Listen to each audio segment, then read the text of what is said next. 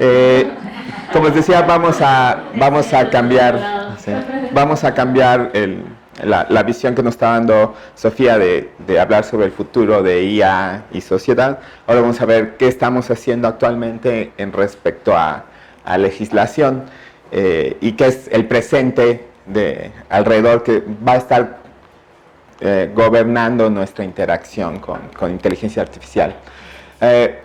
Estuvimos haciendo una revisión de varios documentos y lo que les puedo decir es que se está tratando como un problema serio, ¿sí? La discusión es seria de cuál va a ser nuestra relación con la inteligencia artificial.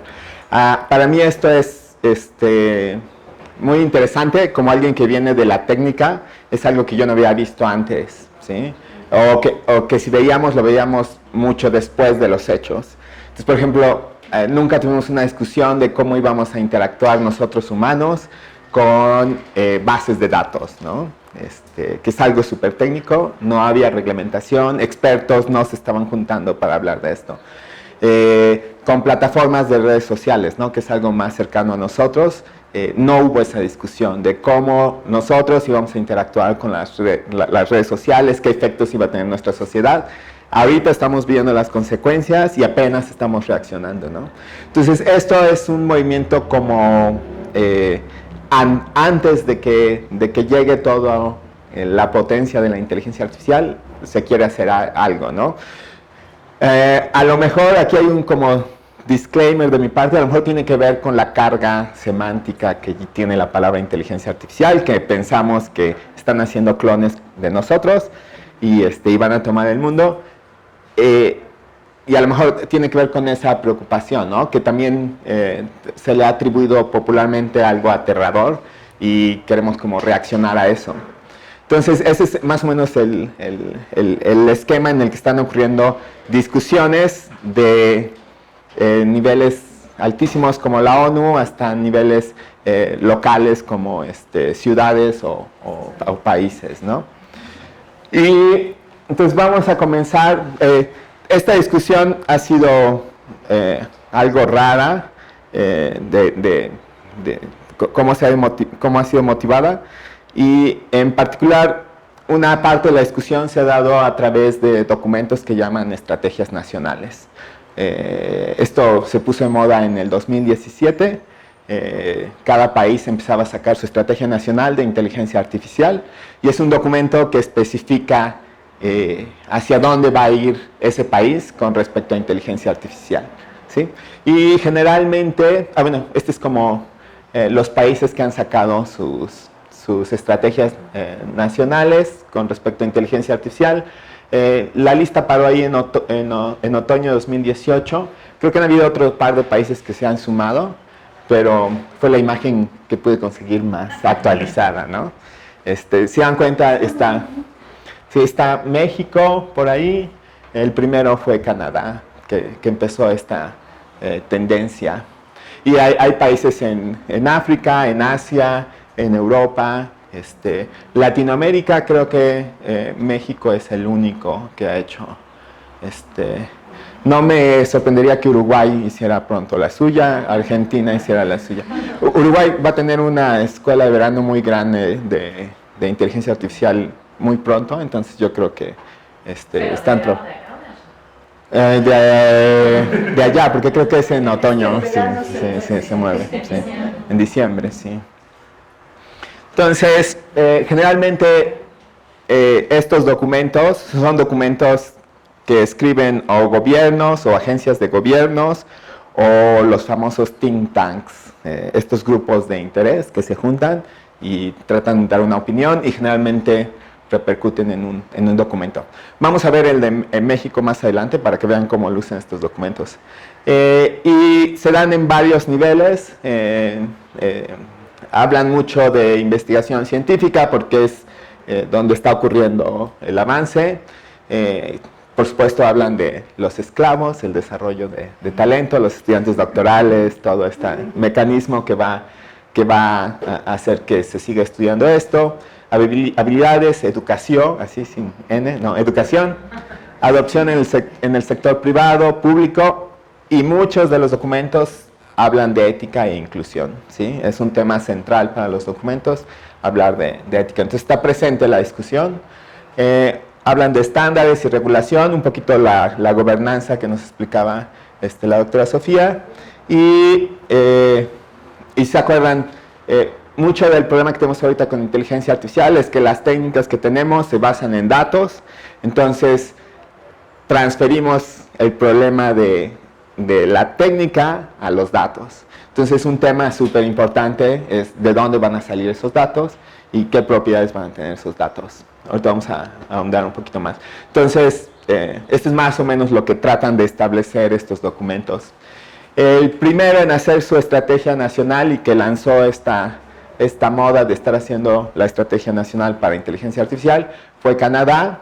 Vino con una torta debajo del brazo, 125 millones para incorporar, para hacer institutos, apoyar investigación. De hecho, de todas las estrategias es la que más me gusta porque está más cercana a ciencia, ¿no? Entonces su idea es, vamos a crear científicos, vamos a crear universidades, talento, y en algún momento los ponemos en contacto con la industria, ¿no? Entonces está muy basada hacia el aspecto científico, ¿no? Entonces por eso me gusta, porque me tocaría un milloncito en este esquema, ¿no? De hecho, por ejemplo, con nosotros en las sesiones pasadas estuvo Albert. Albert se va a ir a hacer su maestría bajo este esquema, o sea, aprovechando recursos de este esquema. Y entonces, el talento para ellos es como clave para esto, ¿no? Hablaba también la doctora Sofía de la importancia de China en el esquema, dado ahora sí su posición de valores ante ciertos aspectos, en particular la propiedad intelectual, su visión de cómo son los derechos humanos. Entonces es como que muy importante la posición que tome China. ¿Dinero de Canadá, perdón? 128 millones, 125 millones. Creo que ahora es más, pero fue como... 150 billones. Sí, 150 billones en un plan...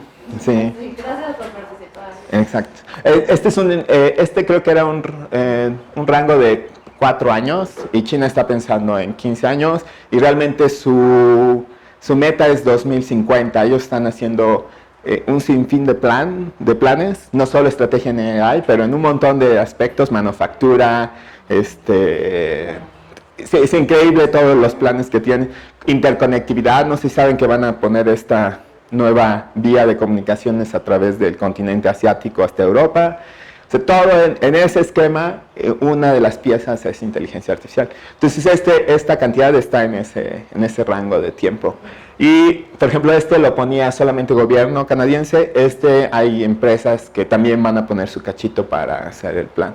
Entonces, es como más grande el esquema. Ese sería el camino de México. El de China, no sé, ahorita vamos a ver qué está pasando con nosotros. Y sí, pueden ver, están muy orientados hacia la industria ellos. Realmente lo que quieren fortalecer y quieren volverse jugadores principales en la industria de inteligencia artificial. Ahorita lo son en otras industrias, entonces ellos esperan estar en un muy buen nivel, a nivel industria, en inteligencia artificial. Ese es como el objetivo. Pero muy, muy interesante es que China ha sido criticada por diferentes posiciones ante derechos humanos, ante cómo crece su industria, cómo interactúan con otros gobiernos. Y esto es algo que pasó el mes pasado. El gobierno chino lanzó estos principios de inteligencia artificial de Beijing, les llaman. Es un documento, se los voy a mostrar. Lo tengo por aquí. Y esto está en una discusión que ahorita vamos a ver un poquito más a detalle, de que van a haber regulaciones para cómo se va a interactuar con inteligencia artificial y en este momento la discusión es qué posición o qué filosofía va a quedar detrás de esa discusión, ¿no? Entonces China había estado atrás en decir explícitamente cómo se imaginaba que iba a ser esta relación, pero aquí pueden ver 28, 2019 y un 5, ¿no? O sea, lo acaban de hacer y lo acaban de sacar. Y lo interesante es que es un documento que no es tan lejano de los otros jugadores, ¿no? Entonces hablan de que inteligencia artificial tiene que ser para hacer el bien, debe ser para la humanidad, debe ser responsable, debe controlar los riesgos, debe ser ética, diversa, inclusiva. Se parece que hubieran estado copiando mucho los aspectos que tienen. Y no está claro cuál es como el posicionamiento. Muy probablemente, hoy en la mañana me pasaron una nota en Twitter por el doctor Ernesto Priani, que estuvo en la primera sesión, y básicamente lo que nos decía es, lo que dice esa nota es, ahorita lo que está en juego son los datos, o sea, cómo los datos se van a mover en este ecosistema, y hay varias posiciones. Hay la posición que debe moverse libremente, generalmente apoyada por Estados Unidos, que todos los datos en todo el mundo se van a poder mover, no importa, mientras estén en una plataforma, que se muevan, y están los países que van a pedir que sean soberanos los datos. Entonces, este marco no es contrario a que los datos sean soberanos. Y entonces, al poner este marco de referencia ético alrededor de la inteligencia artificial, lo que esperamos es que ahora la conversación vaya hacia cómo vamos a interactuar con los datos. Porque ahorita es realmente lo que le da valor a todo esto, es quién tiene los datos, cómo están los datos y cómo se procesan. Entonces es interesante que China tenga un marco muy similar, con valores. Esto también, lo que me sorprendió es que toda esta discusión se está dando en el marco de ética de valores, ¿sí? Todo el mundo está diciendo, estos son mis valores, y estos valores no son, esto no lo vamos a romper, y en ese sentido se está dando. Entonces, es súper interesante que ellos mostraron esto y aparentemente están muy comprometidos. Ahorita vamos a ver también por qué, porque se han negado a firmar otros. Comisión Europea también tiene una estrategia, es una estrategia global como Comisión Europea. Ellos también están interesados en apoyar la economía, la parte científica y esta urgencia de no quedarse atrás en el mercado global. Es como que muy, muy importante. Y también lo que quieren evitar es que la inclusión de inteligencia artificial tenga un efecto muy negativo en sus sociedades. Es algo que les preocupa mucho, ¿sí? Y generalmente esta discusión tiene que ver con desplazamiento de empleos. ¿Qué pasa si llega algo y desplaza un montón de empleos? ¿Qué va a pasar con la sociedad, no? Entonces todo el mundo está como que tratando de proteger esa parte. Interesantemente, en la Unión Europea ya existen un par de legislaciones. No sé qué tanto, no entiendo bien el sistema europeo como para decir, esta ya es una ley. Como yo lo entiendo, es apenas un reporte de esta comisión y que tiene que ver con robótica. Y de hecho esta es relativamente antigua, es como del 2011, y tiene que ver con la discusión de automatización de las manufactureras y como que se empezaba a ver un poco el boom de la robótica, y entonces estaban como previendo también leyes y cómo iba a entrar en funcionamiento. Hasta donde tengo entendido, son nada más regulaciones que operan para diferentes grupos. Sí, en particular esta creo que es apenas un reporte, y como que se estima que si evoluciona debería volver ley muy pronto. Ahora, la que sí es ley es esta que se llama The General Data Protection Regulation. Sí. Y no sé si les ha pasado en el últimos 6 meses, 8 meses, que han entrado a sitio web y el sitio web declara, ok, estoy usando cookies, dale a accept. ¿Sí? Tiene que ver con esta regulación que puso la Unión Europea para clarificar, para ser muy claro qué se están haciendo con los datos de las personas. Y es muy interesante, les dio mucho poder al usuario, ¿sí? Entonces no se pueden usar los datos para, por ejemplo, para minar y entrenar sistemas. Lo que necesitamos hacer en inteligencia artificial está muy regulado, ¿sí? Uno tiene que aceptar, entrar a ese tipo de programas, ¿no? Y no por usar la aplicación ya pueden tomar nuestros datos, ¿no? Pero esto es para la Unión Europea. Nosotros sí estamos desprotegidos aquí, ¿eh? Entonces, y en particular está el famoso artículo 22. Este artículo se le considera por la gente que está trabajando en inteligencia artificial muy restrictivo, porque es exactamente lo que dice. Dice, lo que le está pidiendo es que algún sistema que tome alguna decisión automática, como usuarios, si queremos, nos debe poder explicar esa decisión, ¿sí? Está establecido, entonces no sabemos qué va a pasar con este artículo, si alguien lo va a hacer. Por ejemplo, si cierta empresa que da servicios de películas nos recomienda una película, podríamos exigirle por qué nos está recomendando esa película y no otra película, ¿no? Y si acuerdan, la doctora Sofía recalcaba hace rato, estamos viendo en esta época que usamos los modelos de redes neuronales, y las redes neuronales es imposible sacar una explicación. Entonces, esta regulación está poniendo como un filtro, lo ven, la gente que está haciendo inteligencia artificial, que está haciendo desarrollo de inteligencia artificial, pone un filtro para el desarrollo, porque no podemos tener datos tan fácil, y luego también tenemos que explicar lo que están haciendo nuestros sistemas, ¿no? Entonces, existe una discusión si es el buen nivel o no es el buen nivel. Para mí es un buen nivel que nos pidan nuestro consentimiento y que los sistemas de alguna forma nos expliquen cómo están tomando sus decisiones.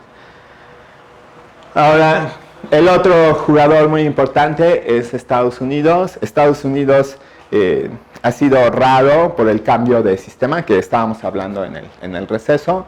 De hecho, fue de los primeros países, antes de Canadá, fue de los primeros países que dio la pista de que algo diferente estaba pasando con el campo de inteligencia artificial. Se crearon varios documentos al final de la presidencia de Barack Obama sobre inteligencia artificial, varios resúmenes que explicaban el estado del arte, qué es lo que se iba a poder hacer, todos estos reportes muy extensivos, pero ocurrió el cambio de sistema y se opacó un poquito cuál iba a ser el futuro, cómo se iba a tomar, o qué posición iba a tomar. Y es hasta el año pasado que se empieza a ver cuál va a ser la posición, y es una posición de mercado libre. Vamos a hacer que estas empresas prosperen y darles todos los chances. Sí, necesitamos algo de ética, pero es ética para los estadounidenses, ¿no? No es ética para todos. Entonces, ese es algo, la posición que ellos han tomado, ¿no? Entonces, si contrastamos China contra Estados Unidos, es algo interesante. ¿Cuál de los dos modelos queremos, no? El que está diciendo vamos a ser soberanos con los datos, pero que también sabemos que tiene un récord no tan agradable con derechos humanos, o el otro que está diciendo que los datos fluyan, que nuestras empresas se hagan mucho más millonarias. Tiene un récord pésimo con derechos humanos. Sí, también tiene sus detalles. Que no sean abiertos. Sí. Están poniendo esta idea de que ahí en el... Ah, sí, no. Protejamos el avance tecnológico de Estados Unidos. Sí, todo es nacionalista en ese sentido. Sí. Es parte de eso, el hecho, no sé, ¿La doctrina Monroe? de que haya dejado de producir, comercial, Kobe, Huawei y todo ese Sí. que pasó, no sé. Sí, es muchas aristas tiene ese problema. No, nada, yo no sé de qué están hablando. Es Sí. que Estados Unidos vetó a Huawei, ya no puede vender sus productos y los que trabajan en Estados Unidos le pueden vender sus productos. Y si tú eres de Estados Unidos no le puedes dar Fue un hace como 2 producto meses, 3 meses. a una empresa china de celulares y tabletas y computadoras. Y Cara a- telecomunicaciones. Sí, sí. Una empresa de mucha- empresa tiene más historias de robo de productos. Es una, sí, tiene muchos ángulos la historia. Es que realmente empezó a arrasar el mercado cuando se tenía la confianza. Es chino, nadie va a comprar un celular chino No, hay porque seguro se va. Hay testimonios Y- adentro de las empresas. Sí, filmaciones. Y Sí. luego fue como, no. Sí, es una historia súper compleja. Se ve en el contexto de la guerra comercial que tienen ahorita y en particular la guerra de telecomunicaciones por la especificación de 5G. O sea, ahorita lo que viene es determinar cuál va a ser la especificación y hay varias propuestas y sí, y es de alguna forma como eliminar a uno, ¿no? Pero tiene muchas aristas, es súper complicado. No creo que esté en el campo de inteligencia artificial porque la contribución de Huawei en inteligencia artificial es como limitada. Ahí la empresa más grande es, no es Alibaba, es la otra, Baidu, es como que la competencia de Google. Sí, es que también están. ¿Puedo decir algo? Sí. Que creo que un contrapunto, no a nivel como estrategia hacia el grado, pero por ejemplo en Inglaterra, en el Reino Unido, creo que fue el año pasado, se institucionalizó que los datos bancarios son propiedad del usuario. Entonces, de Alan Turing Institute y todo, están creando las plataformas y la forma para que, pues es que el control del dinero, de quién hace las estadísticas, de qué préstamos puedes tener, bla, bla, bla, de tu expediente crediticio, todo ese control lo tiene tu banco porque tú no tenías tus datos. Y entonces es como de las primeras iniciativas, no para que sean de nadie más que tuyos y tú eres la persona que va a tener pues la capacidad de decir se los quiero dar a esta persona o no y que sean o no usados. Y creo que tal vez es como una diferencia radical en que los datos Totalmente. sean Sí. propiedad Bueno, del usuario. sí. En ese sentido, solamente, perdón, Sí, ¿no? quisiera abonarte algo. La semana pasada, sí, fue la semana pasada, si la memoria no me está haciendo una traición, fue el martes que la Suprema Corte dijo en México que los datos bancarios no podrían ser difundidos ni entregados a la Secretaría de Hacienda ni a la Fiscalía Nacional sin una orden jurídica o judicial. Creo que es judicial, porque jurídica existe de todos modos. Y en ese sentido pues, fue muy plausible, es lo que tú estás diciendo. Nada más que antier se les dijo la Suprema Corte y dijo que no, que se pueden solicitar bajo sospecha. O sea, yo digo que tú, creo que, Sí, sí, sí. y con eso puede o está obligado el banco a dar la información tuya. Esto es espantoso. Pero sucedió hace 2 noches. Esto me encanta porque realmente pone dónde está la batalla. La batalla está por los datos y cómo van a fluir. Y está esta posición de los datos le pertenecen al usuario, los datos los puede supervisar el gobierno o les pertenece a la industria. ¿Sí? Y en particular, bancos es súper estratégico. Lo que sé de México es que hasta hace poco, como funcionaba, es que solamente empresas mexicanas ubicadas en México podían tener los datos de bancos, ¿sí? Pero según de lo que entendí la discusión, con el nuevo Tratado de Libre Comercio, se abre la posibilidad para que los datos estén resguardados en otros países, que genera un montón de cosas todavía más raras. Entonces, no solo no nos pertenece, sino el banco ni los servidores en los que van a estar. Entonces en México estamos en esa situación. Lo que sí hubo mucha apertura es porque los datos fueran accesibles a través de los llamamos APIs técnicamente, y eso es para promover todo lo que vieron de... Sí, y sobre todo tiene su nombre, Banca Tech, no recuerdo cómo se llama, y es básicamente nuevas plataformas para administrar información bancaria. Fintech, sí, todo iba dirigido a Fintech, tecnología de finanzas. Y esto es otra vez para que organizaciones corporativas que quieren hacer negocios puedan hacerlos de forma más fácil. No tanto preocupados por nuestros datos, sino por facilitar, ¿no? ¿Y cómo estamos en México? En México lo que tenemos, estamos en la lista, tenemos nuestra lista, ¿se acuerdan? Estamos en la lista, pero nosotros tenemos hacia una estrategia, ¿no? Ahorita voy a platicar más, sí. Ahorita voy a platicar más. Se parecen a mis papers porque siempre terminan hacia tal cosa, ¿no? Ahorita vamos a platicar más. Es un esfuerzo interesante el que se hizo y vamos a platicar en el contexto. Entonces voy a posponer un poco la estrategia de México para platicar un poco de la legislación actual que hay, no solo en México, sino a nivel global.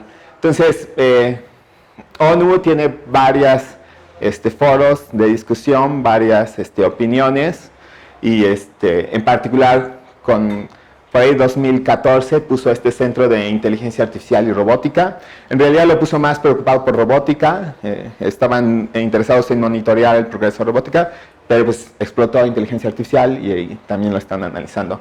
Y básicamente ahorita lo único que hacen es como revisar cómo está creciendo y darle seguimiento a ese crecimiento.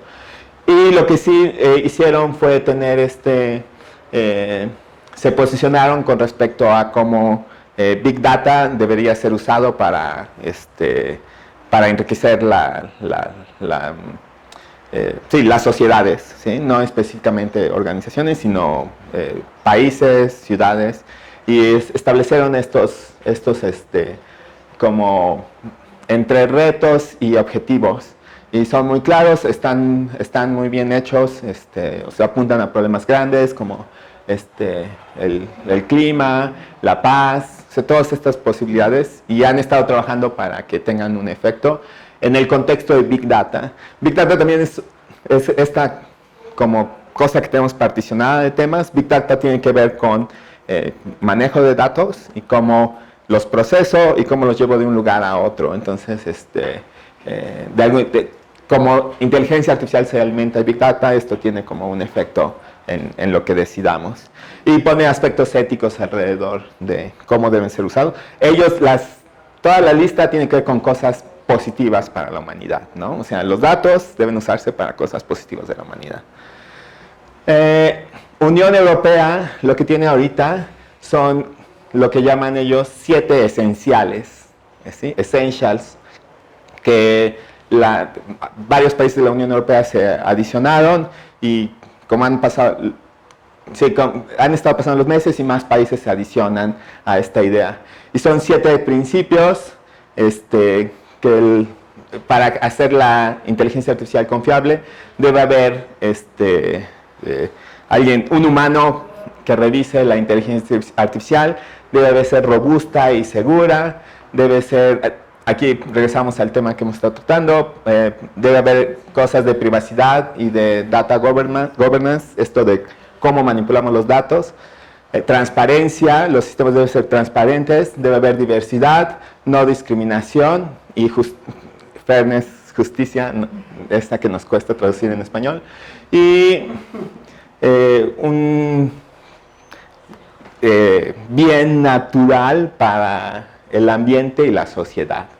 Y debe haber accountability, o sea, si un sistema decide algo, debemos poder ir por el sistema si está tomando malas decisiones. Entonces, estas son como los 7, esto ocurrió a principios de año, entonces es el nivel en el que estamos. No hay reglamentación, es nada más como estos son nuestros valores y hacia allá queremos ir. Los de la OCDE. ¿Cómo? Los de la OCDE son principios. Sí. De hecho, Leti nos hizo el favor de avisarnos que México se había adherido a estos principios. Esto pasó también En mayo se adhirió México y los principios estuvieron redactados en abril, o sea, súper pronto. La OCDE es una organización, no recuerdo las siglas, pero es una organización de países súper desarrollados y otros como nosotros, que pasamos ahí. Sí, y está importante porque está Estados Unidos y ellos también se adicionaron. Y hay varios, Corea, Japón también están adicionados. Entonces, otra vez son principios, no hay una legislación, son como queremos ir hacia allá. Sí, queremos ir hacia allá. En particular, tanto la Unión Europea y estos principios de la OCDE pasan por un proceso de pensamiento, no es como copy-paste de otro lado, sino son comités que se juntan, entrevistan a un montón de gente, hacen surveys y En octubre, algo organizado también por ellos dentro de ok. ahí. Excelente, los vamos a buscar. O sea, sí. Ahorita lo que entiendo es que mucho de esto va a haber otra comisión que va a revisar y van a empezar a ya crear regulaciones más o recomendaciones, no sé cuál sea el siguiente paso, pero más fuertes para los países miembros de la OCDE. Y lo de datos es lo que se está volviendo muy, muy importante. Y otra vez, debe beneficiar a la gente, deben respetar la ley, derechos humanos. Son positivos los valores, ¿sí? Son positivos, no son tampoco contradictorios y nadie está diciendo que nos van a esclavizar a través de esto, ¿no? Y debe funcionar de forma robusta, que también lo vimos en el de la Comisión Europea. Sí, debe haber accountability, debemos poder demandar, ¿no? Ahora, en particular el caso de Alemania es interesante porque ellos ya tienen legislación y además tienen un reporte para carros autónomos, ¿sí? Si recuerdan de la primera sesión, se destacó que carros autónomos es una de las aplicaciones de inteligencia artificial. Ha estado desarrollándose desde por ahí de principios de 2000, entonces está muy avanzado. Y mientras que en otros países la preocupación ahorita es cómo probamos los carros autónomos, quiénes tienen el derecho de probar, de generar un sistema y ponerlo en la calle. La discusión ha estado en eso. Alemania ya tiene una regulación operativa de cómo deben estar los carros. ¿Tengo el otro slide? No tengo el otro. Hay cosas muy interesantes. ¿Recuerdan el ejercicio que nos puso la doctora Sofía de tratar de decidir a quién matábamos? En esta situación hipotética. Sí. Entonces, esta discusión surgió con carros autónomos, fue una de las primeras preguntas éticas que se le puso a este esfuerzo de carros autónomos, y entonces estos reportes tienen que responder, y su respuesta es demasiado complicado. El sistema no debe tener ningún mecanismo para decidir a quién, ¿sí? A quién le toca que le aviente el coche. O sea, el sistema debe estar hecho para prevenir accidentes sin importar. Y si en algún momento tiene que decidir alguna acción, no puede fijarse en edad, género, situación económica, nada de eso debe poner. Entonces, ese es como lo resolvieron ellos, ¿sí? Pero ese random es lo más justo, ¿no? Ellos dicen, ¿no? O sea, siempre ¿estás dando preferencia a nadie? siempre debe haber un conductor y el conductor debe estar atento. Si se da un potencial accidente, no debe decidir el coche, debe decidir el humano. Y es ilegal que el humano decida a quién, ¿sí? Aunque en el contexto se va a dar y entonces y hay una consecuencia legal para el humano, porque decidió algo, ¿no? Puede ser instinto, o sea, que no decida, o que... Pero ¿cómo que es ilegal decidir? Tienes que decidir algo, ¿no? Porque si decides, estás matando a alguien con alevosía y ventaja, porque Estás dando como que voy en mi carro y, oh, humano, voy a chocar contra una viejita, ¿qué hago? y el humano No puede más bien es culpa del humano ya. Vas en el coche y de manera accidental aparece viejita y bebé y tú tomas la decisión, eres responsable de esa decisión porque terminas matando a alguien. Y hay otros mecanismos para pesar por qué tomaste esa decisión y todo, pero en principio hay una responsabilidad. Entonces se aplica lo mismo para sistemas. Es el problema de objeto-sujeto. O sea, es cierto que la máquina es un objeto, pero la máquina está limitada por un sujeto. Luego, ante el caso del dilema, es la teoría de la caverna de Platón. Sí. Exactamente la misma, por eso que digo que estamos viendo cosas novedosísimas. Es esa la teoría de la caverna. Entonces es el sujeto el que se hace responsable frente al objeto. Cuando tienes una figurita de porcelana y llegas y la encuentras rota en tu casa, la gente que te ayuda te dice, se cayó. Entonces tú dices que le dieron ganas de bailar y se tropezó. No es cierto. El objeto tiene siempre atrás un sujeto y ese es el límite del humanismo que la legislación debe tomar en cuenta. Por eso termina siendo responsable.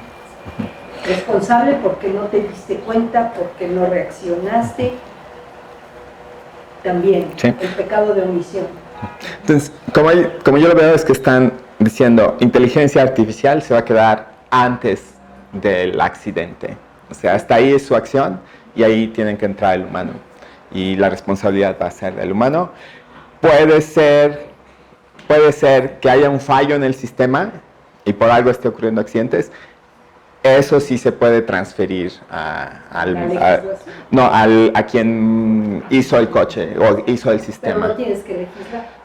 Sí, ahorita lo que ellos dicen es, los coches deben llevar una caja negra, porque no sabemos ahorita en dónde se van a accidentar, entonces registrar, y basado en la caja negra es que se van a tomar estas decisiones de, ¿es culpable el sistema o es culpable? Pero debe haber entonces siempre un chofer. Debe haber. Siempre, ahorita como está la legislación, siempre debe haber un chofer y el chofer debe estar suficientemente atento para tomar el control en posiciones difíciles. No, la inteligencia artificial en posiciones difíciles no debe ¿Y actuar. cuál es la diferencia entre el carro autónomo y manejar? Estás aburrido porque tienes que poner atención y no haces nada. Sí, exacto. No, es como Puedes. solo en el otro vas a Es el Puedes llegar a un punto en donde puedes poner Sí, un piloto es el mismo automático, entorno. pero necesitas tener un capitán que sea el responsable de la nave. Sí. Exacto, es que es bueno tu Incluso no puedes hacer nada más, los no puedes leer, trenes en Europa así funcionan también. Sí. Los trenes en Europa pones tu automático, ¿cómo se llama? Piloto automático. Ajá. Y ahí va, pero Necesitas ver un capitán. hay una responsabilidad. El accidente ese tan fuerte que hubo en Galicia Sí. fue sujeto de una investigación para ver si había sido la máquina que falló al dar la vuelta o el conductor. Y fue el conductor. Y resultó ser el conductor.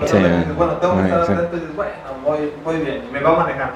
O sea, tampoco debemos ver el teléfono cuando caminamos y lo hacemos, entonces también. Pero no eres un como, coche. pero también como que obliga, o sea, que el ser humano diga, sí, voy a estar bien atento. Así va a ser en México, sí. O sea, Cheleando. ponte bien atento de que voy manejando. Pero va a ser otra generación. La mía seguro sería desastre. La de ustedes va a ser mejor.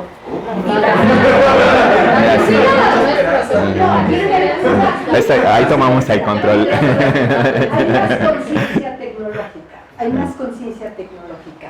Y la que sigue, por supuesto, la habilidad que yo tengo para manejar esta mugre no quiere nada con la que tienen mis alumnos.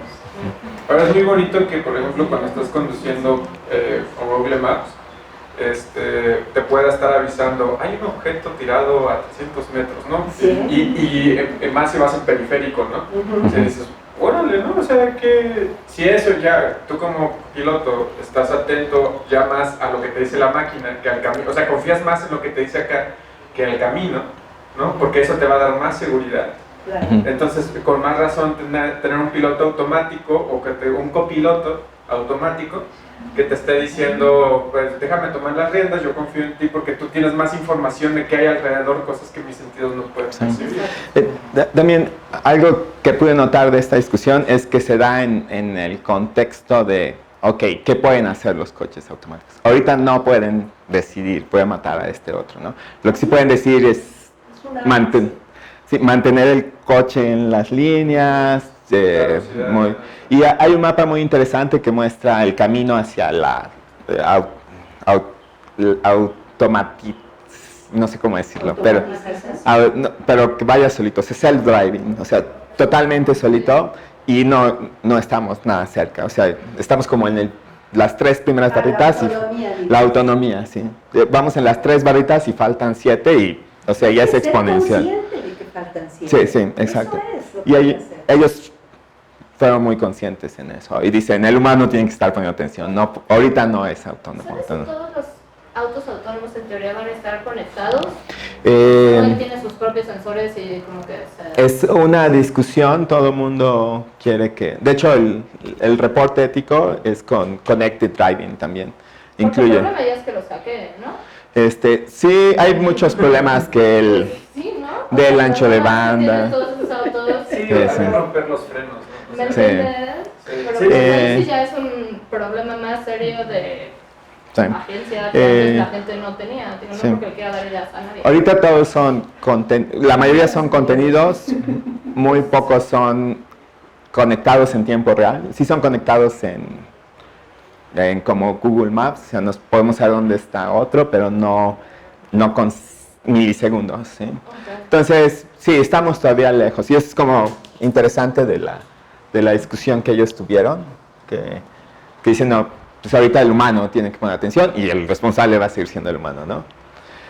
Hay cosas súper raras en todo esto, como que no hay que sí, que al nombre de Sofía, sí, a ti toca ya. Está el robot Sofía, que le dieron la nacionalidad en Arabia Saudita.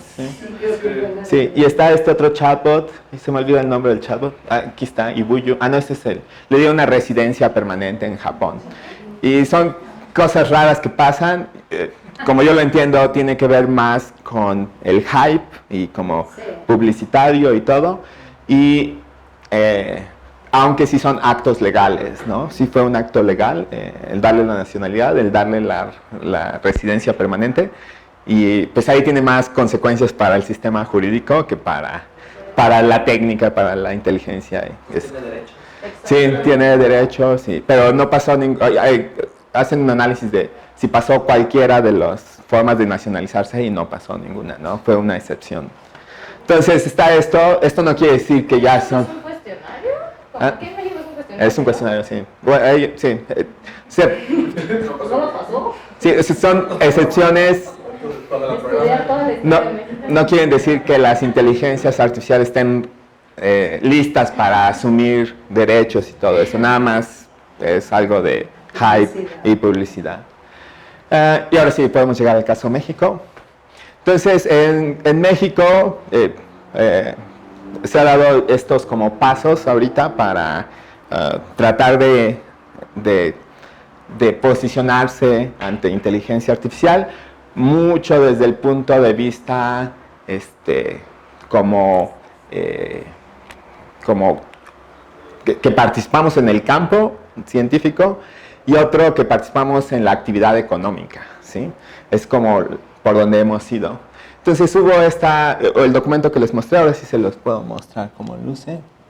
Esa es hacia la estrategia, fue hecho por varias organizaciones, fue patrocinado por la Embajada Británica, estuvo Oxford Insights y no sé si es un laboratorio o es una organización que se llama C-Minds, que está en el MIT, y en particular hay 2 mexicanas que están trabajando este tema desde allá. Y pues es así más o menos luce, todos los strategies lucen súper bonitos, pasan por editorial, entonces se ven súper bonitos, y trae varios temas, en particular para nosotros trae una sección súper pequeñita de ética. Ahorita vamos a revisar los 2 puntos que pone. Y pues, tratan de hacer un panorama, en este particular trata de hacer un panorama de cómo está la inteligencia artificial en México, cómo está la industria, le ponen mucho énfasis a la industria y sacan varias recomendaciones. Entonces, del trabajo que se hizo con la estrategia, o hacia la estrategia, surgió esta coalición multisectorial. Como yo lo veo es que el grupo que estuvo trabajando aquí hizo en la coalición y siguen juntos. Esto se hizo en la administración pasada, comenzó por 2017-2018, entonces recibieron mucho apoyo de la administración pasada, se abrió un marco para que se pueda impulsar muy fuerte, sobre todo desde el gobierno, y pues todo se cayó con la nueva administración, ¿no? ¿Cuál es la propuesta de hacer un Instituto Nacional de Inteligencia Artificial? Sí. ¿No? Sí, también hicieron una encuesta nacional. La encuesta nacional es muy interesante, lo tengo en las referencias, aunque es muy pequeña, son 1,500 participantes, casi todos de la Ciudad de México, casi todos de academia, entonces es como que complicado. Pero pues entiendo también, este tipo de esfuerzos son súper difíciles, más porque en realidad la comunidad de inteligencia artificial en México está súper fragmentada y además porque dependemos mucho de lo que nos dicen de tecnología de otros lados, entonces pues estamos bien confundidos en México, esa es como mi impresión. En particular yo que estoy en el campo les puedo decir que estoy bien confundido. Y surgió el Consorcio de Inteligencia Artificial. Este es un grupo de institutos de CONACYT que como quiere asumir el liderazgo del campo y también es un esfuerzo que iba acompañado de presupuesto, igual con todo el nuevo estilo de administración, está en duda si van a poder continuar y están trabajando y haciendo proyectos, pero muy desde investigación. Y esto está súper interesante, surgió el Subcomité de Inteligencia Artificial de la Comisión Intersecretarial para el Desarrollo del Gobierno Electrónico, que está totalmente embebido en el gobierno, pero la última vez que se reunieron fue en abril y antes de eso en diciembre. Y mientras que con la administración pasada estuvieron muy activos, en esta administración les quitaron todo movimiento. Y no sé si están tratando de revivirlo, está totalmente apagado todo ese esfuerzo. Entonces, ese es como estamos. Empezamos con un entusiasmo, un esfuerzo muy preciso, con mucho entusiasmo. No fue suficiente para romper la brecha y ahora no hay una posición para inteligencia artificial. Estamos como en el limbo. Sí hay un movimiento de mercado libre que se vende inteligencia artificial, que se compra inteligencia artificial y que se hagan sistemas de inteligencia artificial, pero el gobierno todavía no lo detecta como que es algo que debe estar involucrado más, ¿no? Que es diferente a lo que está pasando en otros países. Entonces, como que fuimos para atrás con respecto a la tendencia de otros países. Y no sé si eso es bueno o malo, lo dirá el tiempo. Y lo que sí es que hay legislaciones cercanas que aplican a nosotros. Como les digo, todo esto inteligencial se transfiere a datos y pues tenemos la Ley Federal de Protección de Datos Personales, que desde mi punto de vista es bastante respetuosa con nuestra propiedad de datos, aunque sabemos que ya le encontraron la vuelta, porque además es de 2011, entonces la tecnología que estaba ahí era diferente. Entonces, sí, pero esa es la razón de que si hablan a un call center les dice, ¿quieres escuchar nuestra, ¿cómo le llaman? Aviso de privacidad, o sí, en la página dice aviso de privacidad, ¿no? Y si recuerdan también existe un marco para comités de ética y bioética, que esto tiene que ver más con investigación. Estábamos revisando y existe un montón de mecanismos para hacer investigación ética. Desafortunadamente está orientada al sector salud y no se ve que esté orientada a temas de inteligencia artificial o de tecnología. Se está muy localizado en sector salud. Entonces, eso es como estamos ahorita. ¿Sí? Termina. ¿Alguna duda, pregunta? Ya te interrumpimos. No interrumpí. ¿Sí? No hay como un grupo de investigadores o sea, que exista como, pues no sé, nosotros tenemos la Sociedad Matemática Mexicana, por lo que significa eso, pero como de gente que está investigando en esto y como que parece que se hagan pues discusiones de propuestas, de proyectos, de investigadores. Sí, está la Sociedad Mexicana de Inteligencia Artificial. Ah, sí. Sí, ellos giran alrededor, sí, de alguna forma, ellos giran alrededor de dos conferencias, una muy local, que se llama Comía, y otra más grande que es MICAI. Okay. Y lo que sabemos es lo que te compartí la vez pasada. Ellos tuvieron el primer panel de discusión de ética e inteligencia artificial. Lo tuvieron la primera sesión que diste. Ellos estaban teniendo una hora después su discusión. Ese es donde está la discusión ahorita. Okay, es muy académica. Pero sí existe como este grupo de investigación discutiendo esto. Más bien como discutiendo inteligencia artificial, preocupados por su vida académica. Y uno de los temas que trataron fue ética.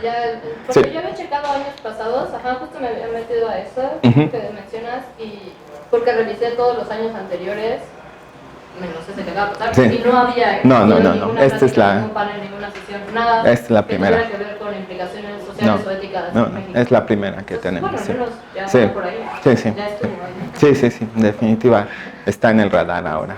La ignorancia no avanza. ¿Alguna otra duda, pregunta? ¿Qué pasó con la red? Con la red. La red era si saben, está hablando de una red temática con así se les conoce, específica de lenguaje, pero hay varias y lo que sabemos es que no hay apoyo para redes en esta nueva administración, aunque en el discurso, que ahorita vamos a pasar al discurso, en el discurso no desaparecen las redes, pero no reciben apoyo económico. Entonces, sí. La perspectiva es fatal para los próximos 5 años, cuando menos, porque creo que nosotros creemos, al menos desde lo que hacemos en lingüística y en discurso fundamentalmente, es que no nos va a quedar más remedio que empezar a aglutinarnos, y gracias por haberme invitado, empezar a aglutinarnos para ver si desde la UNAM podemos vender tecnología y con la regulación de la UNAM lograr que ese dinero quede dentro del grupo, o sea, lo que vendemos, normalmente por regulación hay que darle a la UNAM, ahorita, ¿cuál fue lo último que pidieron? Sí, son porcentajes, sí. Es una brutalidad, 70%. El último dictamen así me lo cortaron. Entonces nos quedaba 30%, becarios y papel, ni te alcanza. Porque además tuviste que ir a hacer la gestión de que creyeran en ti para que les vendieras, ¿no? Y luego una tramitología en la que tú eres el que no quiere volver a hacerlo. Entonces tendríamos que hacer una gestión en rectoría para que el procedimiento fuera ágil y el dinero se lo queden ellos, no lo queremos en nuestras arcas, pero que quede etiquetado para ese proyecto. Y creemos que va a ser la única manera de sobrevivir con investigación, porque hay que pagarle algo a nuestros muchachos. Sí, adelante. No, yo solo otro apunte de... Hay un encuentro internacional de arte, ciencia y tecnología que se hace en el CENAR anualmente y que es interesante porque es interdisciplinario y también creo que se abordan estos temas. Y también hay, bueno, ahora por ejemplo vi que hay un lugar que se llama Centro de Tecnologías, el RULE, que está teniendo muchas actividades, conferencias, discusiones, y también hay grupos como particulares, como Rancho Electrónico o como otros que generan eventos, algunos son tecnofeministas, activistas o como la compañera que vino el otro día, es decir, hay como también estás en uno, ¿no? Sí. Como cooperativas, pero también algunas más institucionales. Tú también estás en uno, ¿no? ¿Cómo se llama? Rancho Electrónico. Ah, mira, está.